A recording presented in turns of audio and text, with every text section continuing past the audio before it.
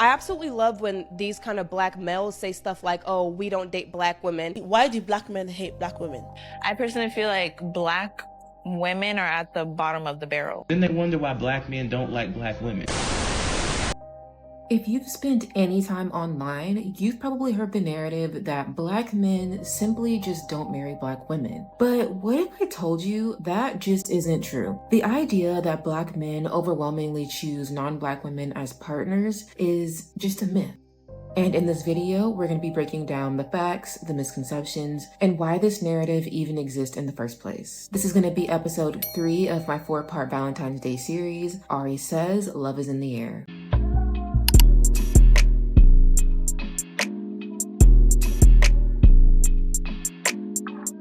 Now, if you've spent any amount of time online, there's a good chance that you've seen this data floating around the internet. According to the 2021 US Census, the majority of black men are married to black women, around 85%. Now, this data is relatively true. Depending on certain factors, the majority of black men, at least over 80%, are married to black women, which is similar to other racial groups. The majority of other racial groups are also married to their own race. So, with interracial couples within the black community being such a minority, why does it feel like we're inundated with so much imagery of interracial couples, especially black men marrying white or non-black women? I mean, I'm all for loving who you love, don't get me wrong, but at some point it kind of starts to feel a little bit sinister. Like, I don't know if you can relate, but whenever I see a black athlete, entertainer, etc. end up with a black woman, I'm kind of surprised. Like, wait, is that even allowed? Like, you're not gonna get fined, you're not gonna get canceled? Like, I thought it was mandatory to become famous and then get a white girlfriend. Like, I thought that was like a part of the handbook, but maybe I'm wrong. Some people like to go against the grain. Now let's explore why the statistics don't seem to be represented in media. Viral clips, podcasts, and out of context social media posts create the illusion that all black men are abandoning black women, but reality tells a different story. There's a lot of online discourse and misinformation, especially in the podcasting world. Like, I know I'm holding a microphone, but when they say they need to up the prices on microphones, they ate. You ate that. Because why does everybody have one? But we're not talking about me though. But there are a lot of podcasts that have viral clips where they deem black women to be undesirable or unfit partners. Or on the flip side, black men are being painted as not liking black women when, I mean, if we look at the statistics, just simply isn't true. This tweet asks, why don't black men date black women? And let me just say that this question is a fallacy because the majority of black men do indeed date black women. So I'm going to rephrase the question and ask, why are black women, the least desired group of women, so difficult to date, maintain long-term relationships with, and marry? And the answer is simple for me because a significant percentage of black women suffer from what I call maniac syndrome. Masculine attitudes, disagreeable, wanting to be in charge and in control, using aggressive verbiage, tones, and mannerisms, and engaging in phallic swimming contests with their men. Neurotic, insecurity, overthinking, negative assumptions, overreacting, and acting on impulse whenever they're overwhelmed with negative thoughts or feelings. Independent, this obsession with proving to the world that they can do anything and everything without men to signify how strong that they are. Accountability, a concept that they can't seem to hold. And confrontational, perceiving everything that they dislike or disagree with as disrespectful or insulting and reacting to it. Their sliders on these characteristics tend to be abnormally high relative to other cultures of women.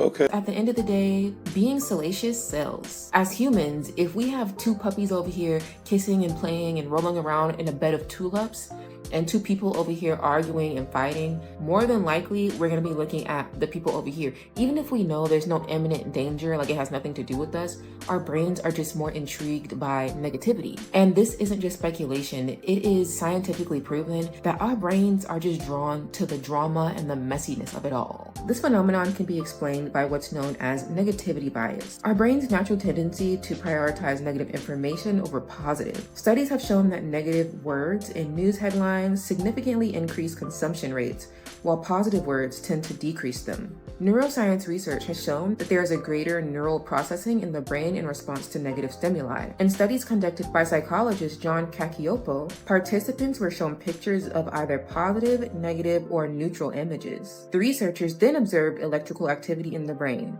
Negative images produce a much stronger response in the cerebral cortex than did positive or neutral images, and social media only amplifies this effect. As we know, research shows that our brains are just drawn to the negative, and it's not that we don't like positive. If our brains had to pick between either, oftentimes we're gonna go with the negative, and that's what sticks. It's just simply psychology. So when social media bombards us with images of Black men being with non-Black women or just white women on a grand scale, that's what we're going to start to internalize whenever the facts in real life say otherwise. And it doesn't help that the tiny sliver of media that we do get when it comes to Black men is mostly showcasing these same Black men not being with Black women, or on a very large scale choosing to be with non-Black women. And when you see this repetition in your brain, it can kind of start to feel like, well, is this the reality? I mean, our perception is reality. So we can start to play that out in our real lives. We can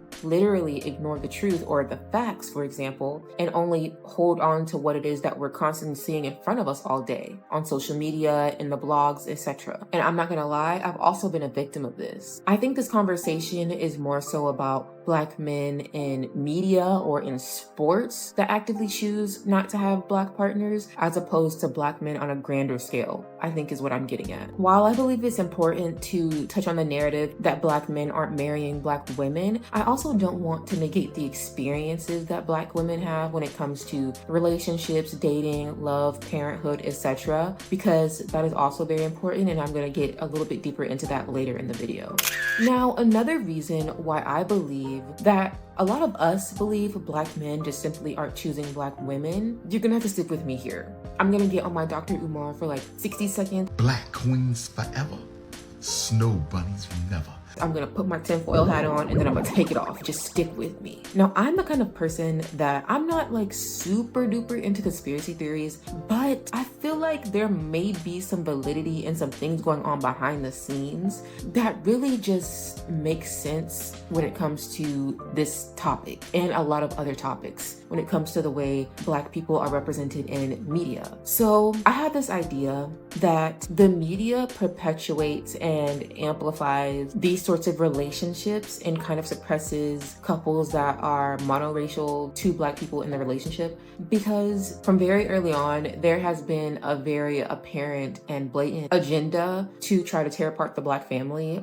It's really not a secret, just to try to tear apart the Black community as a whole. Obviously, you go to the nuclear of that, you remove certain people from the home and do certain things, and boom, the Black community, the Black family is just dissipated. And I believe that when we're constantly arguing online and showing this discourse and feeling like we can't trust each other, like Black men, we can't trust Black women, and Black women, we can't trust Black men, I think that honestly just keeps us in this loop of we're constantly arguing and going back and forth and debating and getting out our podcast microphones and going viral for silly things. Then we're not spending the time coming together and creating community and really trying to bridge the gap. It's like we're like pointing at each other like back and forth, like, no, you're the problem, you're the problem, you're the problem, when the real problem is in the corner, hoping we don't see him looking at us, pointed at each other saying we're the problem. You know what I'm saying? I don't know. I'm gonna get off my I promise, like, and even it's been a weird these past few months, and knowing out. I'm gonna get off my soapbox, but I honestly just feel like the way we're represented in media, not just in relationships, but even when it comes to the way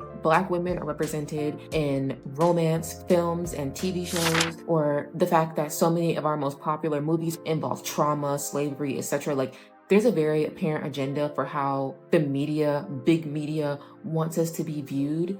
And I feel like it's sinister, if I'm being honest. I think that there is some validity to this, but of course they will never outright say it. But that's just my opinion. I'm gonna get out of my Dr. Umar bag and take my tinfoil hat off, okay? Now, while it's true that a majority of Black men that are married to Black women, it's essential to acknowledge the unique challenges that Black women face when it comes to love, dating, parenthood, etc. When it comes to Black women and motherhood, we know that that is a very tricky subject. In motherhood, Black women disproportionately face systemic barriers. Studies reveal that Black mothers are more likely to experience sleep disturbances, self-criticism, irritability, fatigue, often due to the compound stresses of mothering and the limited space for vulnerability. These challenges are exacerbated by systemic racism, healthcare biases, and often a lack of support from partnership.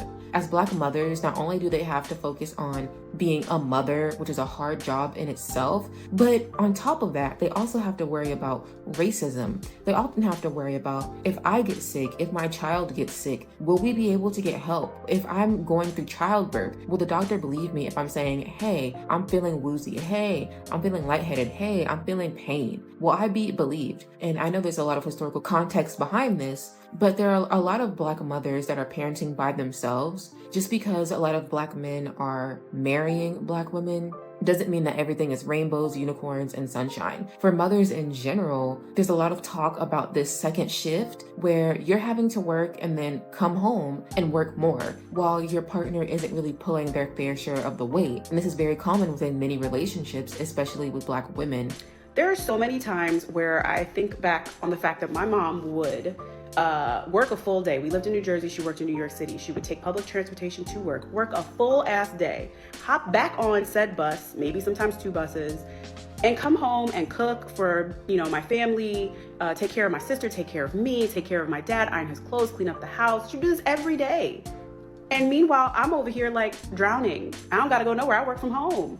And I think about the messages that sends to us. That's the second shift, right? All of that home house care stuff that traditionally, and even still in 2022, women are doing after they've worked full days. We're not talking about that. We need to be acknowledging that there is a larger task put on us because of these janky ass systems at play. So with all the challenges that come with marriage and relationships, on top of that, we're having to deal with all these other issues that just culminate into a lot of stress that can manifest in health issues down the line. Recognizing these challenges doesn't negate the fact that Black men are marrying Black women at high rates. I did just want to touch on this because there's nuance to everything, and I don't want to make it seem like this is just peaches and roses and that we aren't right to have concerns when it comes to dating, relationships, marriage, etc. within our community. The other issue we face is the idea of struggle love, the fact that we have to fight and endure a lot of pain, stress, suffering, etc. in order to be deserving of love, or the fact that that is a part of love in general. You have to go through hell and back in order to be deserving, and to me that doesn't make any sense. Like, yeah, within relationships, you go through ups and downs, but it gets to a point. It gets to a point. It just gets to a point, my nigga. And I'm going to talk about this deeper in the video that I'm posting next week. So please come back, tune in so we can go deeper into that in that video. But I did want to bring this up because I think it's very important when it comes to this topic. So the next time you hear someone say, Black men aren't marrying Black women, you know the truth, you have the facts, and you can correct it. I think it's our responsibility to kind of start reshaping these narratives because, like I said, big media. I don't even want to say it out loud. But big media, y'all know who y'all are. They want us to believe otherwise. They want to pin us against each other. And they want us to believe that we are not a united front when in reality, that's simply not the case. We're not without our issues, but it's not what it seems. We can't let the small sliver of men in Hollywood or sports or whatever it is lead us to believe that in real life, Black women aren't in loving, fulfilling relationships when a lot of them are. And they deserve to be highlighted as well. So yeah, what are your thoughts on this topic? I would love to hear your opinion. And if you disagree with me, I would also love to hear your opinion because who knows, I might be wrong. There may be a perspective that I don't necessarily see. So yeah, leave your comment in the comment section down below. I would love to hear from you. Thank you so much for watching this video. Don't forget to like the video, subscribe, and hit the notification bell. I'll see you guys next week.